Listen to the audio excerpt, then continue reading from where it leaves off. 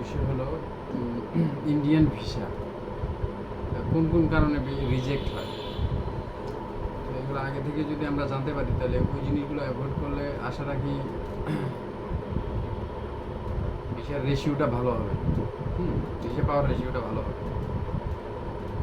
তো India visa reject হওয়ার যে সম্ভাব্য কারণগুলো, এগুলোর ভিতরে এক নম্বর হলো লস্ট পাসপোর্ট। মানে আপনার আগে থেকে যে পাসপোর্টগুলি আছে ওই পাসপোর্টের ভিতরে কোনো পাসপোর্ট যদি লস্ট থাকে, আপনার দেখবেন প্রত্যেকটা পাসপোর্টের প্রত্যেক এখানে ধরেন 3টা পাসপোর্ট আছে না, তো সবচেয়ে নতুন পাসপোর্ট এটা। তো নতুন পাসপোর্টের এই জায়গায় একটা জায়গায় কিন্তু লেখা থাকে পূর্ববর্তী পাসপোর্ট নাম্বার, এই জায়গাটায়।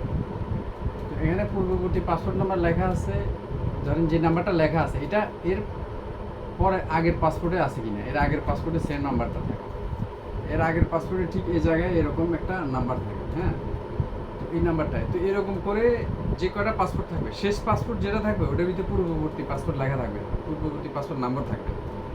তো যদি সবগুলো পাসপোর্ট থাকে তাহলে মোটামুটি আপনার যদি কোনো পাসপোর্ট মিসিং থাকে তাহলে ইন্ডিয়ানরা সহজে ভিসা দিতে চায় না। তবে ওই মিসিং পাসপোর্টের জন্য যদি জিডি করা হয়, জিডি কপি দেওয়া হয়, তাহলে কোনো কোনো সময় তারা ভিসা দেয়।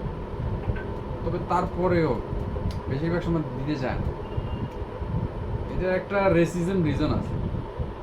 রেসিজম বলতে বলতে তারা তো হিন্দু, বেশিরভাগই হিন্দু অ্যাম্বাসেডার থাকে, আর তারা একটু তাদের ভিতরে এটা একটা রেসিজম ঢুকানো লয়ের ভিতরে। ইন্টারন্যাশনাল লয়ে যদি এটা ঠিক না, হ্যাঁ, ইন্টারন্যাশনাল মানবাধিকার লয়, তারা ওই যদি পাকিস্তানের ভিসা থাকে তাহলে ভিসা দিতে চায় না। তো এখন থেকে চিন্তা করে যে কোনো পাসপোর্ট যদি লস থাকে, যদি ওর ভিতরে পাকিস্তানি ভিসা থাকে, মানে পাকিস্তানটা এত ভয় পায় তারা। ঠিক আছে, তো যাই হোক, পাসপোর্ট মিসিং থাকলে ভিসা না হওয়ার সম্ভাবনা বেশি। এই জন্য যদি না থাকে তাহলে আমরা জিডি কপি দিয়ে দেবেন। হ্যাঁ, জিডি কপি এখন ডিজিটাল হয়ে গেছে, থানায় গেলে দিয়ে দেয় যে আমার একটা পাসপোর্ট হারিয়ে গেছে, কীভাবে হারাইছে এটা ডিটেলস লিখলে দিয়ে দেয়, এটা একদম সহজ বিষয়।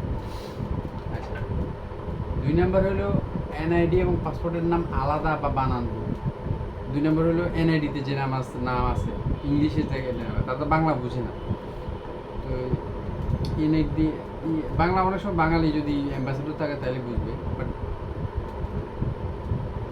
এনআইডিতে মনে করেন যে নামটা আছে সেই নামটা পাসপোর্টে হুবহুব নামের স্পেলিংয়ের মিল থাকতে হবে। তো এটা আগে সমস্যা ছিল, এনআইডিতে দেখা যেত যে নামের স্পেলিং একটা আর পাসপোর্ট আরেকটা, কিন্তু এখন নতুন যে পাসপোর্টগুলো হচ্ছে এগুলো এনআইডিতে যে নাম থাকে এটাই নতুন পাসপোর্টে উঠিয়ে দেয়, ভুল থাকলে ভুল, শুদ্ধ থাকলে শুদ্ধই উঠিয়ে দেয়, ওইটাই উঠিয়ে দেয়। তো এটা একটা ভালো সিস্টেম। তো নতুন যাদের পাসপোর্ট আছে একদম মনে করেন লেটেস্ট করা, তো তাদের আর সমস্যা নেই, কিন্তু যারা আগে করেছেন তাদের নামের সাথে এনআইডি বানানো বেমিল থাকলে তাহলে ভিসা রিজেক্ট হওয়ার সম্ভাবনা বেশি। আচ্ছা, আরেকটা হলো সিঙ্গেল নামের পাসপোর্ট, এটা একটা সমস্যা আমাদের। মনে করেন কেউ শুধু নাম রাখে, আগে তো নামের রাখার একটা সিস্টেম আছে, নাম রাখবে তো সে মুসলিম হিসেবে মুসলিম নাম রাখবে। কী নাম রাখে? পল্টু, মল্টু, বল্টু, হ্যাঁ, তারপরে রিপন, সুমন, এগুলো হিন্দু, এগুলো মুসলিম নাম না। তো এগুলো তো হিন্দু নাম, হিন্দুরা রাখবে। মুসলিমরা মুসলিম নাম রাখবে। নাম থাকবে একটা হলো নিজের নাম, আর একটা থাকবে সারনেম, মানে বংশীয় নাম। আচ্ছা, এখন কেউ যদি আমার বংশ নাই, তো বংশ নাই তাতে কী হয়েছে, আপনি আপনি আপনার বাবার নাম লাগিয়ে দিবেন। যেমন আগের দিনে সাহাবিরা লাগাইতো, যেমন ওমর, ওমর, তো ওমর হলো ওমরের নাম। তাই সারনেম কি হয়? ইবনে খাত্তাব, এই খাত্তাবের ছেলে ওমর, ওমর। তো ইবনে খাত্তাব হলে সারনামে চলে যায়, আর ওমর তার নাম, ওমর ইবনে খাত্তাব মানে খাত্তাবের ছেলে, সারনেমে চলে যায়। তো এইভাবে সারনেম বানানো মানে নাম দুইটা থাকা, অনেকের ডাইরেক্ট একটা নাম থাকে, যেমন ডাইরেক্ট একটা নাম থাকে, যেমন পুরো একটা নাম জাকির, এটার সারনেম নেই। তো ইন্টারন্যাশনাল সিস্টেম হলো একটা সারনেম থাকা লাগে। ঠিক আছে, নাম দুইটা দিবেন, দুইটা অংশ দিবেন। হ্যাঁ, এটা বেটার। পাসপোর্ট করার সময়, এনআইডি করার সময় যদি নিজের নামে দুইটা অংশ না থাকে তাহলে আপনারা দিবেন। আর নামের আগে মোহাম্মদ লাগাবেন, কারণ মোহাম্মদ তো কোনো টাইটেল না, মোহাম্মদ হলো একটা পরিপূর্ণ নাম, আল্লাহ রসুলের নাম। যদি কেউ বরকতের জন্য রাখে তো খালি মোহাম্মদে রাখেন, আগে পিছিয়ে কিছু রাখবেন না। হ্যাঁ, মোহাম্মদ এটা রাখলেন। আর যদি মনে করেন যে কোনো নাম রাখবেন, তাহলে সলিড নাম রাখেন, যেমন জাকির হুসাইন। জাকির একটা নাম, হুসাইন স্যার নেম, এই হিসাবে। তো এভাবে রাখতে পারেন। আচ্ছা, এটা গেল। তারপরে হলো অন্য দেশ থেকে ডিপোর্ট স্ট্যাম্প। অন্য দেশ থেকে ডিপোর্ট স্ট্যাম্প বুঝছেন, মানে কেউ অন্য দেশে গেল, কিন্তু যে সময়ের ভিসার সময় ছিল তো শেষ সীমা লঙ্ঘন করে আসছে, এরপরে তারে ডিপোর্টের সিল দিয়ে দিছে, মানে কোনো ব্ল্যাক লিস্টেড করে দিছে। এ ধরনের পাসপোর্টে এরা ভিসা দিতে চায় না। এর ইন্ডিয়া কেন, এটা অন্য অন্য যে কোনো দেশেও সমস্যা হয়, সহজে ভিসা দিতে চায় না। আচ্ছা, আরেকটা রিজন, 5 নম্বর রিজন হলো পূর্বে, মানে আগে ভারতে যে ওভার স্টে করা। ধরেন ভিসার যে মেয়াদ আছে, মেয়াদের বেশি থেকে গেছে, এরকম ওভার স্টে করলে বা অনুমতি ভিসা এক্সটেনশন না করে যদি ওভার স্টে করে না, তাহলে পরবর্তীতে তারা ভিসা দিতে চায় না। অথবা কেউ ভিসা পেলো, ভিসা পাওয়ার পর গেল না, না ওই যারা ভিসা পাওয়ার পরেও যায় না, তাদেরও ভিসা দিতে চায়। তবে একটা আছে, যারা ভিসা আগে পেয়েছে কিন্তু যায়নি, তারা যদি এরকম একটা লেটার দেয়, আলাদা একটা চিঠি দিতে হবে তাদেরকে, ইংলিশে লেটার দিতে হবে যে যে আমি এই রিজন, এই কারণে আমি যেতে পারিনি। যেমন আমার ছোটো ভাই রাজন আহমেদ, ও যেতে পারে নাই করোনার সময়, ভিসা পেয়েছে, যেতে পারেনি। তো আমি ওকে একটা লেটার লিখে দিয়েছি যে কি একটা কোনো একটা রিজন। ও অবশ্যই রিজনটা সুন্দরভাবে সাজিয়ে নিছে। তাই আমি বলছি ওকে দিয়ে দাও, এটা ইনশাল্লাহ হয়ে যাবে। তো এরকম কারো যদি এটার ফরম্যাট লাগে, তাহলে আমার সাথে যোগাযোগ করতে পারেন। আমাদের জাকির ট্রাভেল এজেন্সি, আমাদের এজেন্সির নাম, আর আমাদের কন্ট্যাক্ট করে 0198294590। এই নাম্বারে যোগাযোগ করলে আমি আপনার এই ফরম্যাটটা দিয়ে দেবো, তাহলে আপনি রিভিশন করতে পারবেন সহজে ইনশাআল্লাহ। আচ্ছা, এমন কোনো তথ্য যেটা ধারণার উপর দেওয়া, মানে আপনি একটা ধারণার উপর তথ্য দিলেন, ভুল তথ্য দিলেন, ওই তথ্যের সাথে দেখা যায় যে আপনার প্রাসঙ্গিক কাগজপত্রের মিল নেই, বেমিল। তো এরকম মিথ্যা তথ্য দিলে, আর তারা যদি বুঝতে পারে মিথ্যা তথ্য দিচ্ছেন, তাহলে ভিসা দিবে না, ভিসা রিজেক্ট হবে। এছাড়া কোনো ডিপার্টমেন্ট জব, সেই ডিপার্টমেন্টে ছাড়পত্র দিচ্ছেন কিনা। অর্থাৎ মানে আপনি কোনো ব্যবসা করেন একটা, কিন্তু আপনি দিয়ে রাখছেন অন্য আরেকটা, তাহলে তো এরা রিজেক্ট করার সম্ভাবনা বেশি। তারপরে হলো আপনি চাকরি করেন যে ডিপার্টমেন্ট, যে দোকানে চাকরি করেন, দিচ্ছেন এনওসি আরেক দোকানের, হ্যাঁ, আরেক কোম্পানি, তো এরকম হবে না, তাহলে রিজেক্ট হওয়ার সম্ভাবনা বেশি। Police, army, journalist profession. Police, army, journalist profession এরা ভয় পায়, মানে এই প্রফেশনের মানুষগুলো চিন্তা করে ওখানে যায় কোনো ওই দেশের কোনো তথ্য করবে কিনা, আদান প্রদান করবে কিনা, তো জার্নালিস্ট দিয়ে ঝামেলা করবে কিনা। এই জন্য এরা এই 3 শ্রেণীর এয়ারে দিতে মানে ভয় পায় এবং কম ভিসা দেয়। আর হলো এজেন্ট ব্যাংক স্টেটমেন্ট। আচ্ছা, ব্যাংক স্টেটমেন্ট যারা দিবেন, তো এরা হলো আমাদের যেমন ডাচ বাংলার এজেন্ট ব্যাংকিং আছে বিভিন্ন জায়গায়, ওইখান থেকে ব্যাংক স্টেটমেন্ট তুলে দেয়। এদের এজেন্ট ব্যাংক স্টেটমেন্ট হলে তারা যদি বুঝতে পারে এটা এজেন্ট ব্যাংক স্টেটমেন্ট, তাহলে তারা ভিসা রিজেক্ট করবে, কেননা ব্যাংক স্টেটমেন্ট দিতে হয় একটা অরিজিনাল ব্যাংকের। এজেন্ট ব্যাংকিংয়ের ব্যাংক স্টেটমেন্ট গ্রহণযোগ্য। আমরা যদি ব্যাংক স্টেটমেন্ট না থাকে, তারা ডলার এন্ডোর্সমেন্ট করে নেবে যে কোনো ব্যাংক। আগে যেমন বিভিন্ন থেকে আর ডলার এন্ডোর্সমেন্ট করা যেত, ওই যে ছাড়া, এটা কি বলে, মানি এক্সচেঞ্জ থেকে। মানি এক্সচেঞ্জে কি একটা সিল মেরে দিল আর একটা কাগজ দিল। এই যে পেপারস, এই যে পাসপোর্ট এগুলোর তথ্য বাংলাদেশ ব্যাংকে পাঠানো লাগে, এটা অনেক মানি এক্সচেঞ্জে পাঠায় না। এই কারণে ইন্ডিয়ান এম্বাসি এটা বুঝতে পেরে এরা এখন আইনটা কঠোর করে ফেলছে। এরা হলো জন্য যে কোনো সরকারি প্রতিষ্ঠিত ব্যাংক, ওরা যদি আপনার ডলার এন্ডোর্সমেন্ট দেয়, তাইলে আপনার গ্রহণযোগ্য। $200 এন্ডোর্সমেন্ট নিয়ে নেবেন। যেমন এখানে একটা ডলার এন্ডোর্সমেন্ট আছে, এই যে দেখেন, এটা হলো ডলার বাংলাদেশ ব্যাংকে, কিন্তু এটা একটা কপি যায়, অথবা ব্যাংক স্টেটমেন্ট দিলে তো ওয়েল, আর ডলার এন্ডোর্সমেন্ট লাগে না। আরেকটা জিনিস আমি বলিনি, আমরা দেখবেন ইন্ডিয়ান এম্বাসির ভিতরে একটা আছে স্টেট ব্যাংক অফ ইন্ডিয়ার কার্ড দিয়ে দেয় 20,000 20-25,000 টাকা দিয়ে ওই কার্ডটা নেয়, পরে অ্যাপ্লাই করে। এই ভুলটা না করাই ভালো আমার from my point of view.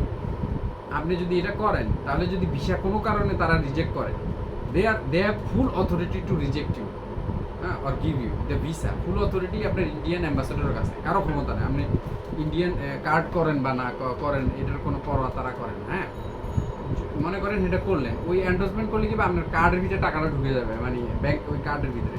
আপনি ইন্ডিয়ায় যেয়ে তারপরে বুথ থেকে টাকা উঠাতে পারবেন, আদারওয়াইজ টাকা উঠাতে পারবেন না। তো এখন কোনো কারণে রিজেক্ট করলো, তাহলে আপনার টাকাটা কিন্তু লস হবে, অনেক টাকা লস হবে।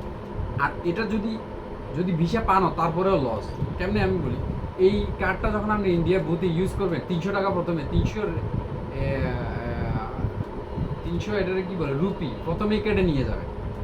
এটা না, আপনি অনেকে কি করে ওই কার্ড কি করে ওই বিভিন্ন ব্যাংক থেকে ডলারে কনভার্ট করে নিয়ে যায়, ওইখানে কার্ড পাঞ্চ করবে না, কার্ড পাঞ্চ করলেই লস।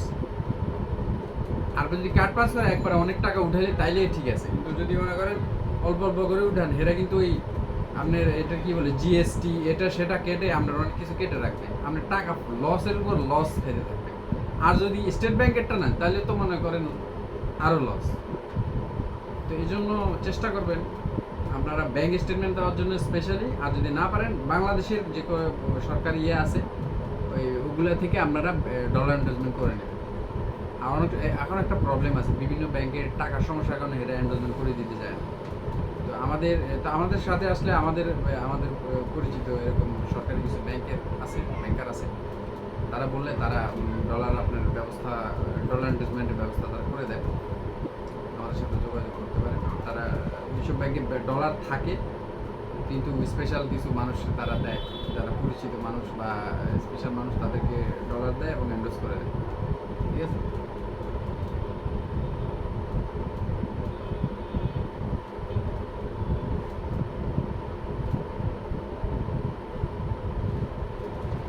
আচ্ছা, এটা হলো মেডিকেল ভিসা। মেডিকেল ভিসা হলো আপনার মনে করেন যে প্রেসক্রিপশনগুলো, রোগীর প্রেসক্রিপশন একটা তো আপনার মনে করেন ওই যে কাগজের সাথে দিবেন, আর কিছু অরিজিনাল কপি পাসপোর্টের সাথে পিন আপ করে দিতে হবে।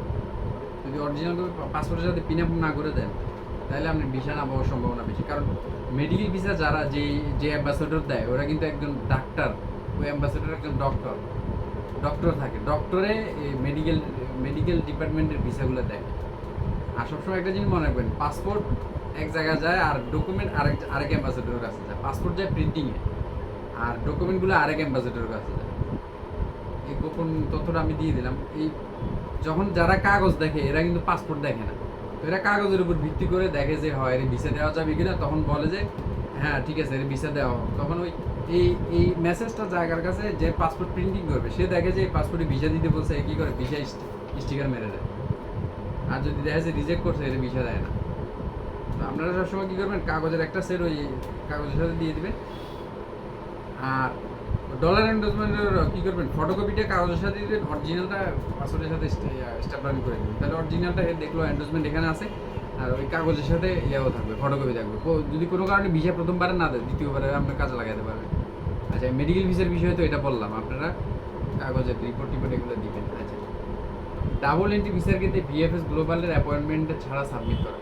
যারা ডাবল এন্ট্রি ভিসা করেন, মনে করেন অনেক এম্বাসি তো বাংলাদেশে নাই, তো ওই দেশে যে অ্যাপ্লাই করতে হয়, তো তারা তো ডাবল এন্ট্রি অ্যাপ্লাই করে। আদারওয়াইজ আপনি মনে করেন যে জরুরি ভিসা যায় ওই দেশে যায়, আপনি ওই কাজ করবেন, ভিসা নেবেন বা থাকবেন, স্টে করবেন। যদিও 90 দিন থাকে, ওইখানকার মানুষ, ওইখানকার ভিএফএসগুলো বা ওইখানকার অ্যাম্বাসিগুলো আপনার এটা গ্রহণ করবে না। তারা দেখতে চাবে আপনার ডাবল এন্ট্রি ভিসা আছে কিনা, যদি থাকে তো। আর বিএফএস এর অ্যাপয়েন্টমেন্ট থাকে কিনা, বিএফএস এর অ্যাপয়েন্টমেন্ট থাকলে আপনি ওই ইন্ডিয়ান ভিসা অ্যাপ্লাইয়ের সময় দিয়ে দিবেন, তাইলে আপনি ডাবল এন্ট্রি ভিসা দিবেন। ট্রানজিট ভিসার ক্ষেত্রে হোটেল বুকিং, অন্যান্য কান্ট্রির কনফার্ম ভিসা, ফ্লাইট টিকিট না থাকে। আচ্ছা, ট্রানজিট ভিসা যেটা, ইন্ডিয়া এমন একটা কান্ট্রি, আপনি ইন্ডিয়ায় টাচ করে যে কোনো দেশে যান ট্রানজিট ভিসা লাগবে। নেপালের ক্ষেত্রে ভালো, নেপালে কোনো ট্রানজিট ভিসা লাগে না। আপনি নেপালে টুরিস্ট ভিসা যায় যে কোনো দেশে ফ্লাই করে, তারপরে মালয়েশিয়া যান, থাইল্যান্ডে যান, সিঙ্গাপুর, তারপরে আপনার সৌদি আরবে যান, আপনি যেখানে যান ওখানে ট্রানজিট ভিসা লাগে না। এক লাগে ইন্ডিয়া, আর হইলো আপনার হংকং, আমেরিকা, হ্যাঁ, এই দেশগুলোতে আপনি মনে করেন এই দেশে যে বিমান নামার পরে যদি অন্য কোনো দেশে ফ্লাই করেন তাহলে ট্রানজিট ভিসা লাগবে, কিন্তু বাকি ওয়ার্ল্ডের অনেক কান্ট্রি আছে সে দেশে ট্রানজিট ভিসা লাগে না, কিন্তু ইন্ডিয়াতে লাগে। হ্যাঁ, এই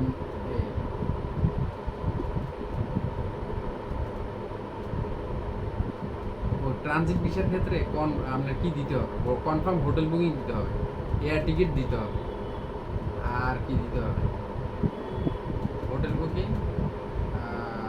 ফ্লাইট টিকিট আর হোটেল বুকিং।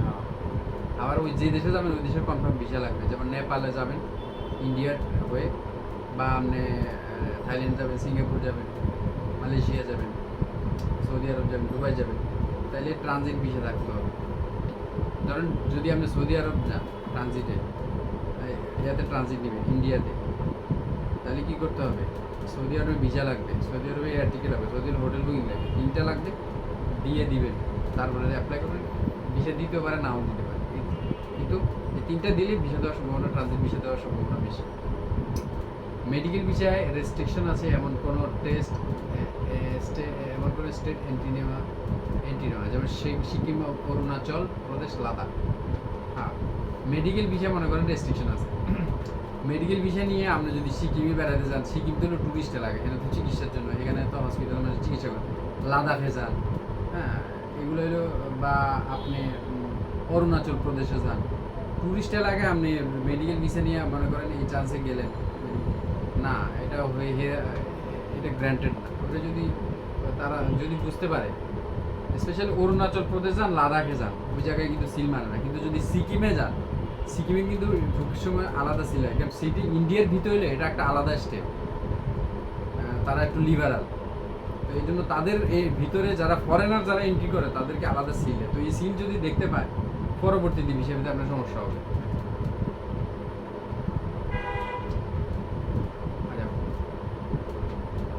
পুরনো কোনো ছবি দিলে মানে আপনি আগে যে ছবি দিয়ে ভিসা করছেন সেই ছবি দিয়ে পরের বারে আবার আপনি দিলে আপনি রিজেক্ট করবেন, নতুন ছবি, অন্য ছবি দিতে হবে, অন্য জামা কাপড় পরে দিতে হবে।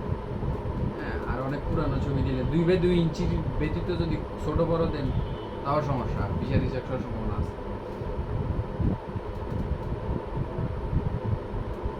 আর আগে তো বললাম পাসপোর্ট যা আছে সব স্টেপলারিং করে দেবেন, নাহলে পাসপোর্ট, কারণ আপনি তো একজন অ্যাপ্লায়ার না, হাজার হাজার বাংলাদেশের অ্যাপ্লায়ার, ওই জন্য সবগুলো পাসপোর্ট ভালো করে পিন আপ করে দিবেন যাতে ছুটে না যায়। আর যে কোনো ধরনের ফেক ডকুমেন্ট দিলে, কোনো অনেকে ফেক ব্যাঙ্ক স্টেটমেন্ট বানায়, ফেক মানে বানায়, ফেক যদি তারা বুঝতে পারে যে এটা ফেক ডকুমেন্ট, তাহলে আপনার ভিসা রিজেক্ট করবে।